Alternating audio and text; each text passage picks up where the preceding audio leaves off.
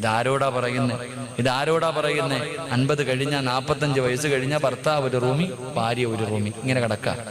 ഈ സദസ്യരിക്കട വാപ്പമാരും ഉമ്മമാരും സ്വന്തം വീട്ടിലെ നിങ്ങൾ രണ്ടുപേരും പ്രായമായ ഭാര്യയും ഭർത്താവും ഒരുമിച്ച് കിടക്കണ എത്ര കുടുംബമുള്ള കിടക്കൂല. കാരണം എന്തേ? കടന്നിട്ട് പ്രയോജനമില്ല. വാപ്പ, നീ പെണ്ണ് കെട്ടിയത് സെക്സിന് വേണ്ടിയാ? നീ വികാരം തീർക്കാൻ വേണ്ടിയാ പെണ്ണ് കെട്ടിയേ? അല്ലാഹുവേ പടച്ചവനെ, ഭാര്യയും ഭർത്താവ് ഒരു മോഡലാ. 45 കഴിഞ്ഞാൽ 2 റൂമി, പാപ്പ അവിടെ, ഉമ്മ ഇവിടെ. ആയിഷ വാടി കൂടെ കിടക്കാം. അല്ലോ, മക്കളൊക്കെ നിൽക്കുന്നില്ലേ? അതാ ഭർത്താവ് ഭാര്യ വിളിക്കണം, വാ നമുക്ക് ഒരുമിച്ച് കിടക്കാം. മക്കളൊക്കെ ഇല്ല. മക്കൾ നിൽക്കുന്നെന്ത്? അവർക്ക് സൂഹിക്കുന്നതിന് കുഴപ്പമില്ല. നിന്നെ കെട്ടിയത് മക്കളല്ല, നിന്റെ ഭർത്താവാ.